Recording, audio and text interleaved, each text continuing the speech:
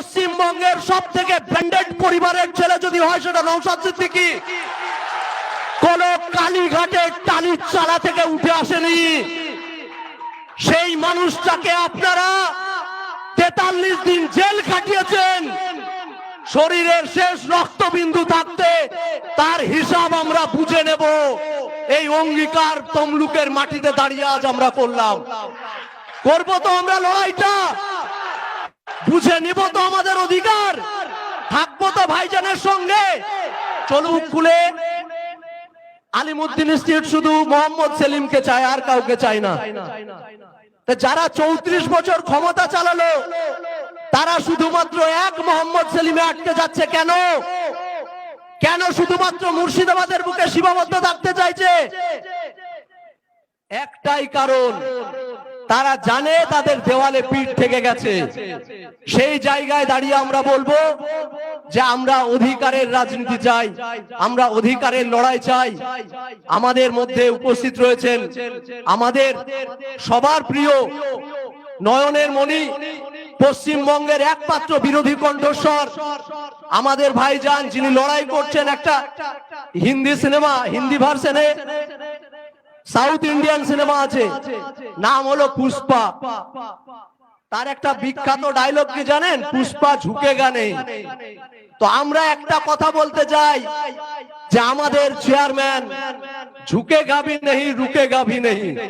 সারা পশ্চিমবঙ্গে আমাদের বিপ্লবকে আমরা ছড়িয়ে দেব।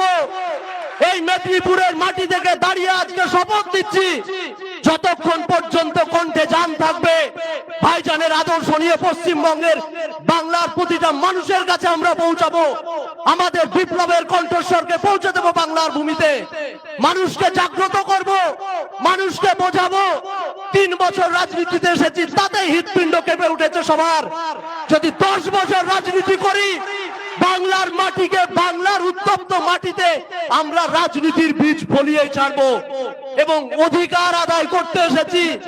তপ্ত বুকে কলকাতার রাজপথ থেকে তমলুকের মাটিতে পশ্চিমবঙ্গের প্রতিটা কোনায় কোনায় লড়াই আন্দোলন ছড়িয়ে যাব যতক্ষণ কণ্ঠে জীবন আছে। তাই আপনারা ভাইজানের সঙ্গে থাকবেন, আমাদের সঙ্গে থাকবেন। পরবর্তীতে আমাদের ভাইজান বিস্তারিত আপনাদের সঙ্গে আলোচনা করবে। আমি আমার দীর্ঘ বক্তব্য আর দীর্ঘায়িত করতে চাইছি না, উনার পরবর্তী আবার প্রোগ্রাম আছে। অক্লান্ত পরিশ্রম করে চলেছেন একটা মানুষ, আমি অবাক হয়ে যাই। গতকালকে 2টো সভা ছিল, আমি কয়েকদিন ফোন করার মতো সাহস পাচ্ছি না। কেন জানেন? প্রতিদিন 3টে, 2টো, 4টে সভা থাকছে, প্লাস কর্মী সভা থাকছে। একটা মানুষ, আজ আমার এই কথাগুলো বলার এইখানে দাঁড়িয়ে দরকার, যে মানুষটা সোনার চামচ মুখে দিয়ে জন্মগ্রহণ করেছে, পশ্চিমবঙ্গের সব থেকে ব্র্যান্ডেড পরিবারের ছেলে যদি হয় সেটা নওশাদ সিদ্দিকী। কোন কালীঘাটের টালির চালা থেকে উঠে আসেনি। সেই মানুষটাকে আপনারা 43 দিন জেল কাটিয়েছেন। শরীরের শেষ রক্তবিন্দু থাকতে তার হিসাব আমরা বুঝে নেব, এই অঙ্গীকার তমলুকের মাটিতে দাঁড়িয়ে আজ আমরা করলাম। করবো তো আমরা লড়াইটা, বুঝে নিব তো আমাদের অধিকার, থাকবো তো ভাইজানের সঙ্গে। চলুন দেখা হবে 25 তারিখে। পরবর্তী ভাইজান বাকি বক্তব্যের মাধ্যমে আপনাদেরকে সমস্ত কিছু বলবে, একটু সহযোগিতা করবেন।